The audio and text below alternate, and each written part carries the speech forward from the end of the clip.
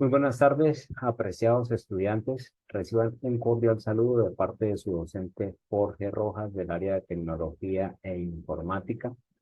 Me reúno con ustedes hoy en este pequeño espacio para hablar sobre los conceptos básicos del módulo de programación, el cual estaremos tratando durante el transcurso de este periodo académico. Muy bien, sin más preámbulos, vamos a empezar. Bueno. Cuando hablamos de programar, tenemos que remitirnos al concepto más básico y general que hay sobre esta palabra, ¿cierto? No ahondando en un principio en la parte informática, sino de manera general. Podemos decir entonces que programar es idear y ordenar las acciones para realizar un proyecto o una actividad. Y cuando hablamos de proyecto, estamos entendiendo toda idea o pensamiento para llevar o ejecutar a cabo alguna tarea, alguna actividad. Entonces, cada vez que nosotros estamos pensando en desarrollar una tarea o en llevar a cabo una idea o en ejecutar una actividad, básicamente estamos formulando los conceptos básicos de programar, ¿cierto? Lo cual es pensar en algo y luego llevarlo a cabo, ejecutarlo o materializarlo. Una vez que nosotros empezamos a hablar de programar, tenemos que tener en cuenta un concepto que aparece y que es el elemento fundamental dentro del ámbito de la programación. Este es el concepto de algoritmo. Podemos decir entonces que un algoritmo es un conjunto de instrucciones bien definidas, ordenadas, finitas, lo más simples posibles, claras y que describen la mejor opción de llevar a cabo una actividad. Cuando estamos hablando de instrucciones ordenadas, decimos que son instrucciones que tienen un orden en el cual hay una secuencia, hay una instrucción que antecede a otra o que precede a otra y que este orden no se cambia o no se modifica. Si se respeta este orden, el resultado del algoritmo va a ser favorable. Cuando hablamos de instrucciones finitas, estamos diciendo que tienen un inicio y un fin, es decir, que todo algoritmo tiene una etapa donde arranca y una etapa donde finaliza. Cuando decimos que son lo más simples posibles, es decir, de que a pesar de que pueden haber otras formas de llevar a cabo o desarrollar a cabo una actividad mediante un algoritmo, se busca que se haga de la manera más rápida y más simple posible.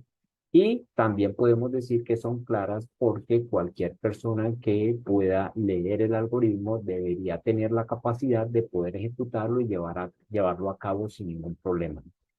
Describen la mejor opción de llevar a cabo una actividad, como ya lo mencioné antes, pueden haber muchas formas de hacer o de llevar a cabo una tarea, sin embargo, mediante un algoritmo se busca que se desarrolle la opción más rápida o la mejor opción para poder desarrollar esa idea. Bueno, muy bien.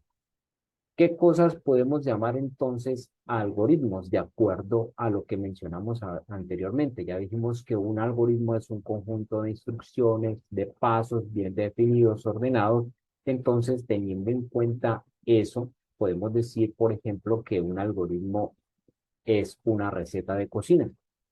Una receta de cocina que nos permite desarrollar un plato de comida de acuerdo a una secuencia de pasos, de acuerdo a un orden que se lleva a cabo para poder desarrollar o ejecutar esa receta. También podemos decir que un manual de uso o de montaje, por ejemplo, de un electrodoméstico, un manual de uso de un televisor, un manual de uso de un equipo de sonido, un manual de uso de una tablet, de un computador, son algoritmos, ya que indican en forma secuencial, a través de una serie de pasos, cómo se puede utilizar o cómo se debe manipular para que el objeto funcione adecuadamente.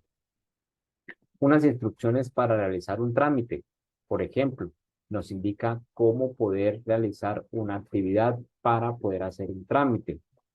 Ir a tal parte, ir a tal otra, rellenar tal formulario. Para rellenar tal formulario, por favor, tenga en cuenta los siguientes pasos, diríjense a la siguiente información de la siguiente manera. Entonces, las instrucciones para realizar un trámite también se pueden considerar un algoritmo.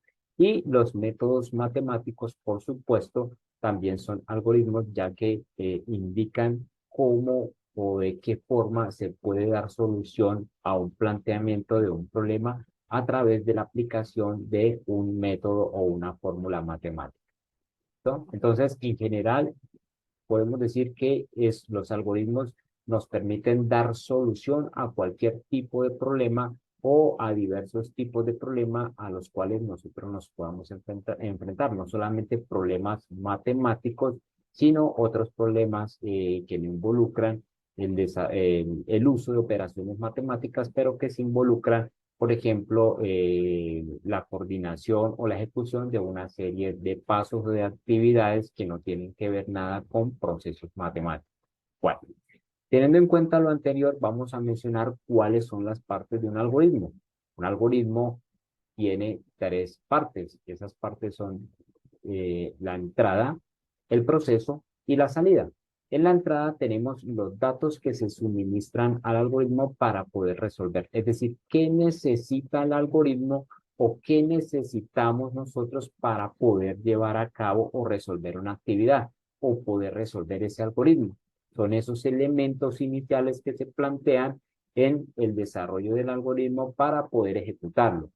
Luego tenemos el proceso, que es el conjunto de pasos que conllevan a la solución del algoritmo, es decir, cada una de las actividades, cada uno de los procesos, cada uno de las tareas que se ejecutan para poder llevar a cabo el algoritmo.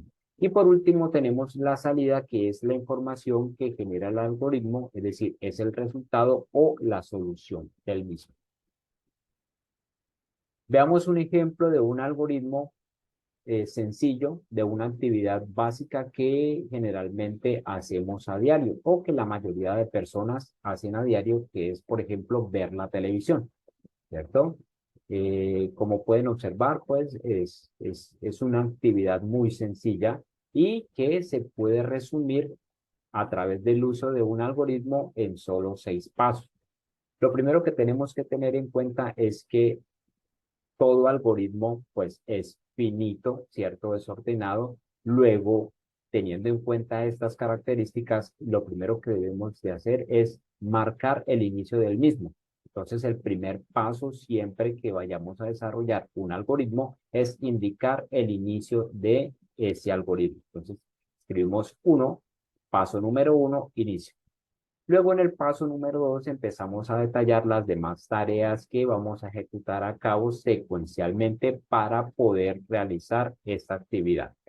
Como nuestro ejercicio nos pide que indiquemos los pasos para el algoritmo ver la tele, entonces lo primero que debemos hacer es buscar el control de la TV. Vamos a hacer de cuenta que en nuestros datos de entrada tenemos un televisor que funciona correctamente, que funciona adecuadamente, que está conectado al flujo de la energía eléctrica, que cuenta con un sistema de señal mediante el cual sintoniza algunos canales y que adicionalmente tiene un control remoto a través del cual lo podemos manipular. Digamos que este es un escenario inicial en el cual esos datos de entrada ya están incluidos. Entonces, si tenemos un control del TV, pues vamos a hacer uso de él. Lo primero que tenemos que hacer es buscarlo, ¿cierto? Buscarlo. Debo buscar el control porque no sé dónde está. Ubico el control del TV, luego ejecuto la acción de tomarlo con mi mano, ¿cierto? Es el tercer paso.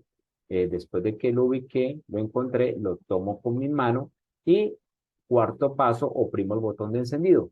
De esta forma estoy ya encendiendo la TV, ¿cierto? Aunque el algoritmo me pide que la tarea es ver la televisión, hasta ahora lo he encendido. Luego el paso siguiente será poder ver la televisión, sintonizar el canal de mi gusto y ver la televisión. Y por último, tenemos el fin de algoritmo porque ya logramos hacer la actividad que estaba planteada en un inicio, la cual era ver la televisión. Luego, en este paso, ya podemos decir que el algoritmo ha finalizado.